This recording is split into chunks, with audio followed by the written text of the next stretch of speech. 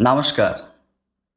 আমরা সনাতনী সন্তানেরা এই সনাতন সমাজে বারবার ফিরে আসা বা পুনর্জন্মে বিশ্বাসী।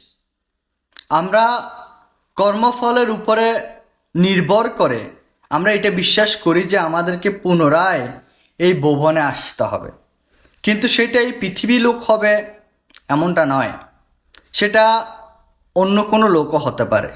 কিন্তু পৃথিবী বা এই ভুবন লোক থেকে ব্রহ্মলোক পর্যন্ত সমস্ত লোকই কিন্তু পরিবর্তনশীল।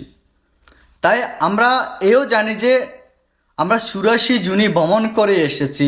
৮৪ জুনির মনুষ্য পূর্বে আমরা কীটও ছিলাম, পতঙ্গ ছিলাম, পশুও ছিলাম, পক্ষীও ছিলাম, ইত্যাদি কত কিছু, জলচর, স্থলচর, তাই না?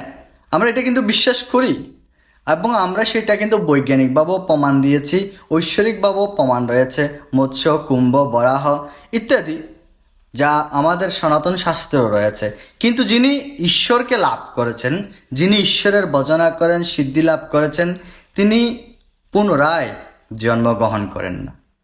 গীতার ৮ম অধ্যায়ের ১৬ নম্বর শ্লোক দেখুন, আব্রহ্ম ভুবনাল লোকাহ পুনরাবর্তি নুয়ার্জুন মামুপেত্য তু কৌন